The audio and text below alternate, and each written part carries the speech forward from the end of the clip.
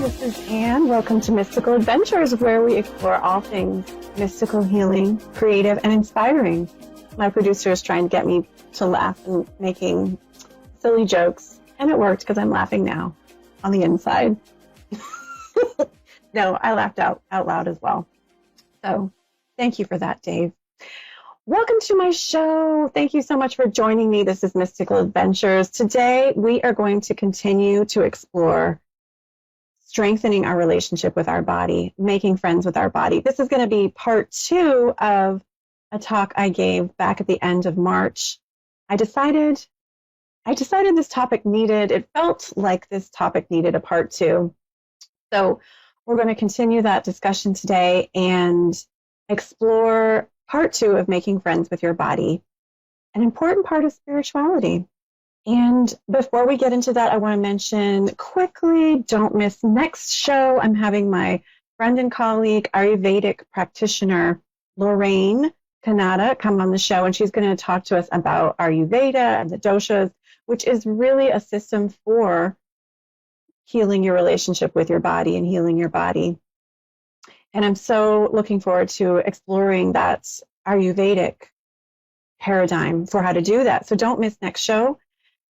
Then in June, I'm having my friend Sylvia Gover come on. She's an educator and author in dream studies, and I can't wait for us to be blessed by her dream wisdom. You know, I love all things dreams. And speaking of dreams, just want to remind you, the next 6-week integrative dream work group is going to be starting May 6th. If you want to look at the description on my website for the previous group, it's on my website, creativepsychestudio.com, and everything is accurate in that description except for the dates and times have changed because that's an old one. But you can see a little description there, and I will update it, I promise. I'm excited to do this 6-week integrated dream group. It's going to be online, and we are going to be exploring dreams in a mind, body, spirit approach, integrative approach, looking at all these dimensions of dreams. So if you're interested, reach out to me, check it out on my website. I'm also going to throw something up on my Facebook page as well. I wanted to just share with you really quickly. Last time I did share with you the intuitive art portal with a feline star being coming out on the page. And I was visited and have been continued to be visited by these feline star beings. And I just wanted to share with you that I'm feeling that energy. I'm feeling that beautiful higher consciousness energy of these particular types of star beings. And they are available to everyone. And these different kinds of angels and ascended masters and star beings are always around us and available if we tune in and we set our intention to be open to these benevolent helpers, to these expanded forms of consciousness and beings to help us. And I feel they are helping us right now here on the earth with being courageous, making changes, starting new projects, increasing our confidence and our expressive abilities. And they're also associated with music. I feel like that all of those energies associated with that feline energy, feline star being energy, I've been feeling personally and in the collective. So I just wanted to share that with you. And I wonder if you feel them too. I wonder if you've had any dreams or experiences of this kind of energy. I would like to share the spirit helper for this week of April 13th, 2021. Every week I open myself to a spirit helper, some sort of benevolent, heart-centered being, ascended master, animal spirit, angel, that wants to offer me and you, my audience, guidance for the week ahead. So this week, I was meditating, and who came jumping into my meditation but Kangaroo. So if I have any Aussies listening, my Aussie listeners, perhaps I'm earning some points with them. I know it's an important animal in Australia, and I believe it's on the Australian coat of arms. This beautiful animal did appear in my meditation, and it was obvious that she wanted to come out for this show and share her wisdom. Kangaroo, spirit animal, is associated with strength, stamina, leadership, decisiveness, nurturing, protection, grounding, and leaping forward. We may need a little bit of help and support to leap forward. Kangaroos are so amazing. Their bodies, speaking of bodies, their bodies are just amazingly created. They're designed for stamina. They're designed to be able to cover long distances and use their energy efficiently, even going without much water.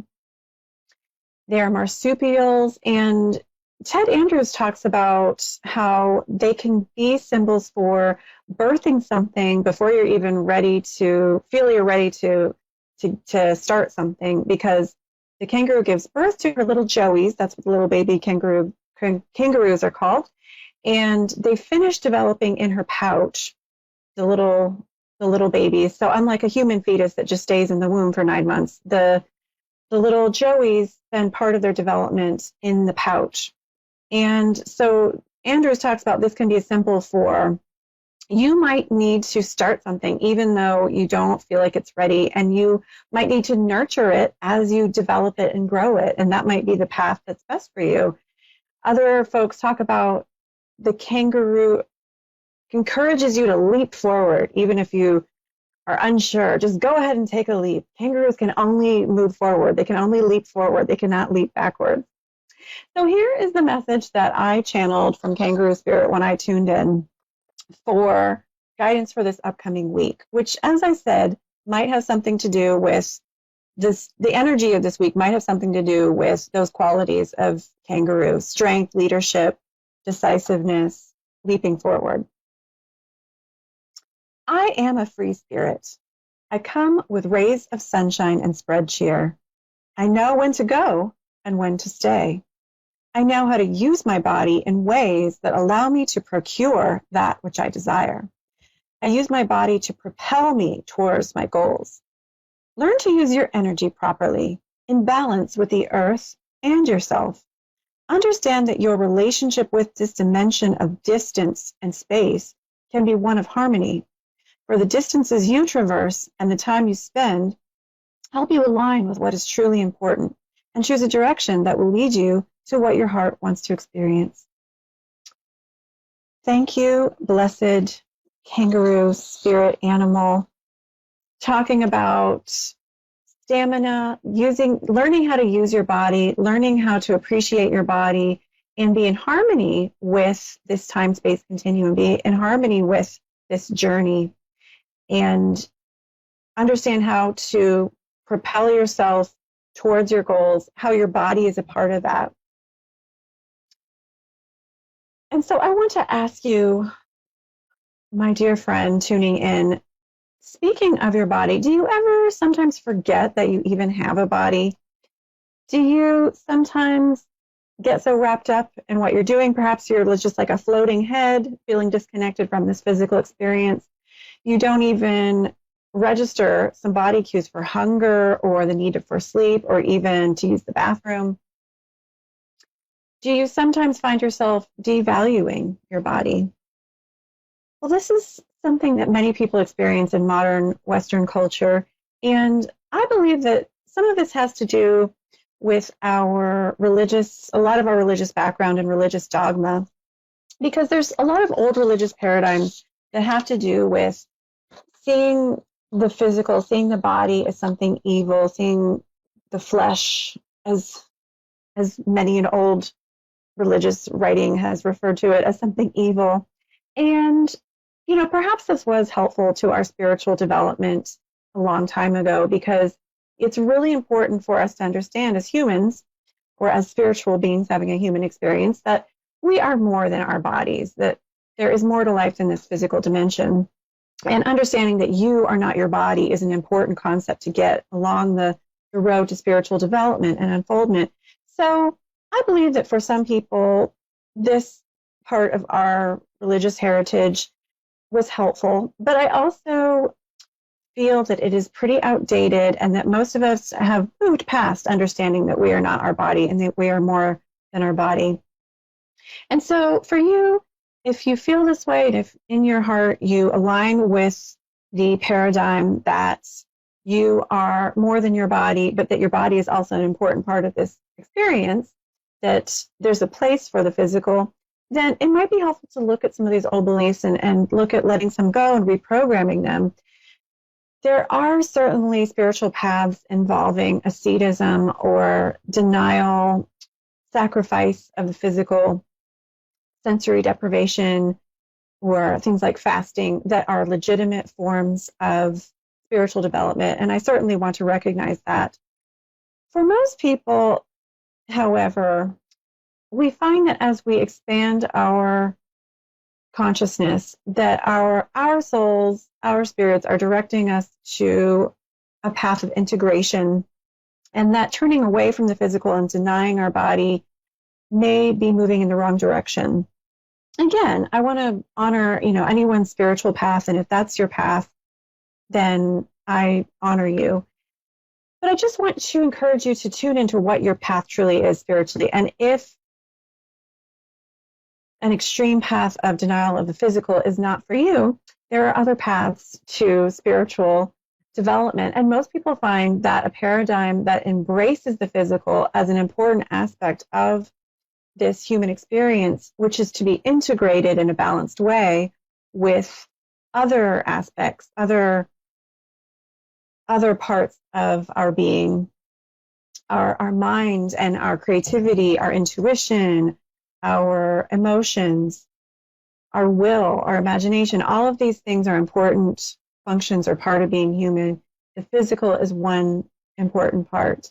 So instead of, bypassing the physical, instead of disconnecting from it, we can often experience a healing, turning towards the physical and embracing what this body really is meant for. We're in a realm of duality and so-called limitation, and our body is really a part of that. Our body is giving us a finite experience that helps us experience reactions to actions in a much more dramatic way than if we were just in the spirit plane or in some other dimension that didn't have this particular time-space continuum and duality as part of its structure.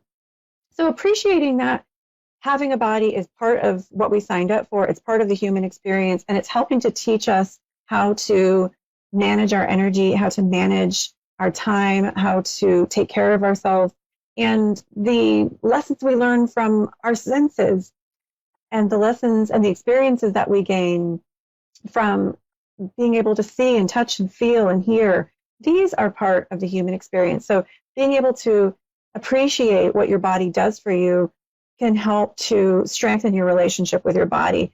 We can appreciate how a kangaroo's legs are incredibly crafted. They are actually designed to help the kangaroo have efficient use of energy. When it's hopping its long distances, it can jump to up to 11 feet high. And we can appreciate the majesty of this physical creation. Can we appreciate the majestic physical creation that is your body?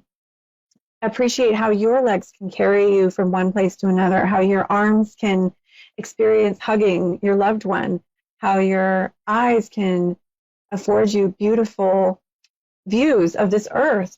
So name some of the things you appreciate specifically about your body, and this can help you heal your relationship with your body, heal those old, outdated paradigms that might be unhelpful and causing some obstacles to moving forward. And this can help increase your overall self-esteem. Paying attention to your body cues, paying attention to what it's telling you. Health is another way that sometimes we might experience an obstacle or a barrier to connecting with our body in a positive way. And one of the ways we can look at health issues that might come up, and I can relate if you're frustrated. I've been frustrated with health issues, and it's normal to be frustrated. But if we can look at, if there is an imbalance in the body, look at that as a teacher, that it's trying to help us understand how to better take care of ourselves, then it can help us strengthen our relationship with our body. There's certainly many factors to physical illness, including genetics, the environment, the context from which you come, also your thoughts, your emotions, your vibration.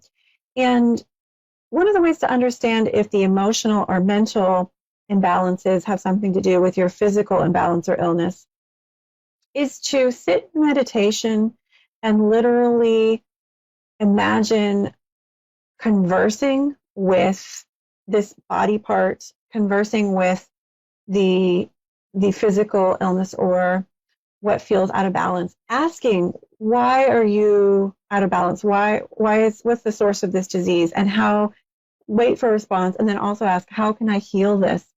And open yourself, as you're in meditation and using your imagination to talk with your body, open yourself to however your body wants to communicate with you. It could be words, thoughts, images, feelings. And as you do this, it helps to strengthen your relationship with your body and make friends with your body, heal that connection you have so that you are taking care of your body and treating it like a sacred body temple. Sometimes our greatest path to healing, the most effective path to healing is modern Western medicine. Sometimes it's Eastern medicine or holistic approaches, energy medicine, healing our body with certain foods or herbs. Sometimes it is looking at those thought patterns and emotional patterns and changing them to increase our vitality and our health. So I want to encourage you to not ignore your body, but to embrace your body, appreciate your body, listen to your body, and take time to really notice what your body does for you. This is really appreciating Spirit, the universe, God, because your body is part of this divine experience. And by appreciating this gift that you've been given, this physical gift, you're appreciating the wholeness of this spirit experience.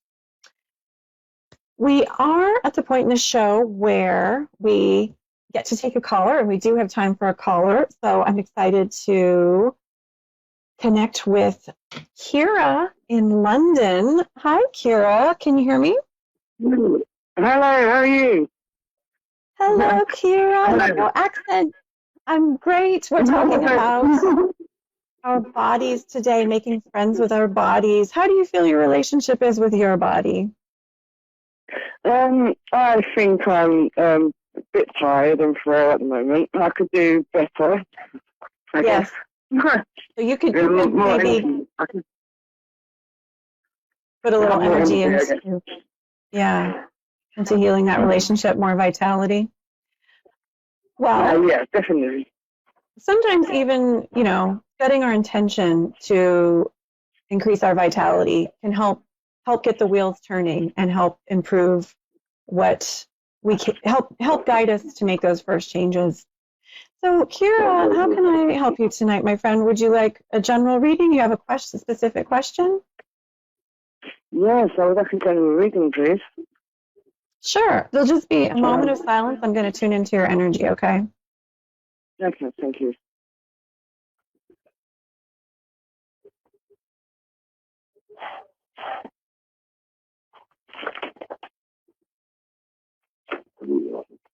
Well, as I tune into your energy, Kira, it's funny because I feel like you're sad and happy at the same time. And I feel this disconnection or this hesitation, like you want to express your happiness, but you feel like you're not able to in the environment you're in.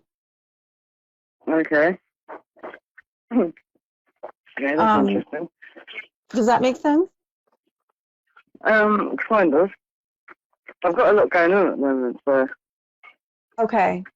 I feel like there's definitely a division in your energy, and it's hard to experience perhaps internally what's going on with you at the same time. And I feel like you're sort of compartmentalizing part of yourself, if that makes sense. Okay. But I feel like when I tune into your energy, Kira, I feel like you are very loyal, you are very ambitious and productive, and you like to get things done. And those are some of your strengths. So I just pulled a few cards for you, and And I do see that you're focused on some challenges right now, and you're a little frustrated that you're not getting as much done as you'd like to get done. You're feeling like you're sort of behind, and you're sort of behind schedule or behind what you have set for yourself. Does that make sense? Yeah, it does, definitely. And the challenge that Spirit is presenting is that you can be a little bit hard on yourself, and that sometimes it would help if you're a little bit more adaptable, my friend, because I feel like you have a pretty rigid, definite plan for how you want to get things done. And this can be a really good thing. And I think this is part of your strength, is that you are really ambitious and you have that drive and that, organizational skill, the ability to organize yourself. But if you can kind of relax a little bit on the timing or how you think other people need to participate in the timing, I think it will help you move towards your goals more successfully, if that makes sense. Okay. I feel like you have a lot that you're wanting to accomplish at once, and it feels like there's some things that you're wanting to help other people with, there's some things that you're wanting to do personally, and it's hard to sort of organize it all. Does that make sense? Yeah, somewhat. What kind of things you said you have a lot going on. What feels like is overwhelming right now? I've had a lot of tragedies, to be honest. A lot of illnesses and people passing away and moving away, and I've lost quite a lot of people in my life. Mm-hmm. I didn't quite understand the first part of what you said. I'm sorry, Kira. Can you say that one more time? I heard moving away and losing people. Yes, I've had a couple of people passing away or people moving away. So I've lost a lot of my connections, my personal connections, in the last 3 years. I see. Yes. And are you frustrated with not being able to do something with that, like make more connections or move on from that? Or is there some kind of frustration with not feeling like you're productive in some way? No, it's more like tragedies, like people dying and unexpected things happening. It feels like more of a misfortune, not something out of my control, almost. Yeah. Yeah. So that's the frustrating part, is it's not something I can control. It's not. And, I'm wondering if part of what I'm picking up here is there's this need to process the endings and this need to grieve, and this, because, anytime we lose people, we need to come to terms with that in some way. And sometimes that takes a really long time, and it takes us a while to move forward. What's that? I've had 3 major losses: my dad, my mum, and my son. You've had 3 major losses in what? It was my dad, my mum, and my son. Oh, I'm so sorry to hear it, Kira. That is such a short space of time. Just imagine. So rough. Are you giving yourself permission to grieve and to just experience the sadness and experience your feelings? Probably not. I'm just going along day by day. Yeah. And, that might be what I was picking up on when I said you're happy, but you're sad, but it's like you're not allowing yourself to experience certain feelings. You're holding yourself back. And I think, part of the grief process that's so important is allowing yourself to feel whatever we're feeling and not just pushing ahead, and trying to keep a stiff upper lip, but being able to be sad or be happy or be confused or be angry, and to kind of, let ourselves go through those emotions. Sometimes it's the only way to heal it, Kira, is to allow ourselves to go through that pain. I did pull a card of healing for you in the final result, which is the Ace of Cups. And the Ace of Cups it's such a great card to pull for a situation like this, Kira. You know, it's about coming to terms with things, about healing, about an emotional, expressive, and expansive experience. Excuse me. It's about connecting with the spiritual, nurturing powers within you and around you. And I feel like, you know, one thing that might help, and I feel like you are moving towards healing here, but one thing that might help, Kira, is to spend some specifically time on yourself.